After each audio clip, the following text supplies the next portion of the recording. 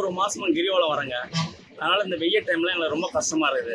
அதனால் இப்போ முடியாதவங்க, கை குழந்தை வச்சுக்கிறவங்க, மாற்றுத்திறனாளிகள் அவங்களுக்குலாம் ரொம்ப யூஸ்ஃபுல்லாக இருக்குது. இந்த மாதிரி வயசானவங்களும் எங்களுக்கு ரொம்ப யூஸ்ஃபுல்லாக இருக்குது. இந்த வெய்ய டைம் இல்லாமல் குளிர்ச்சியாக இருக்குது. ஏசி போட்டு கூட பஸ் அரசாங்கம் எங்களுக்கு பண்ணியிருக்காங்க. அதே மாதிரி கோயில் நிர்வாகத்தின் மூலியம் வண்டி விட்டுருக்காங்க. எங்களுக்கு ரொம்ப பயனுள்ளதாக இருக்குது, ரொம்ப மகிழ்ச்சியாக இருக்குது. நாங்கள் பக்தர்களும் ரொம்ப இதை வரவேற்கிறோம். இது நீங்கள் என்ன ஊர்லேருந்து வரீங்க? நாங்கள் வந்து திருவண்ணாமலைக்கு பக்கத்தில் ஒரு 20 கிலோமீட்டர் இருந்து வந்திருக்கோங்க.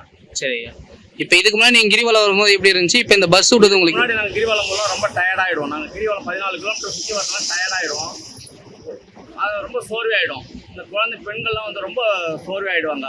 இப்போ யூஸ்ஃபுல்லாக இருக்குது, ரொம்ப ஹாப்பியாக வந்துருக்குறோங்க எல்லாமே. சரி.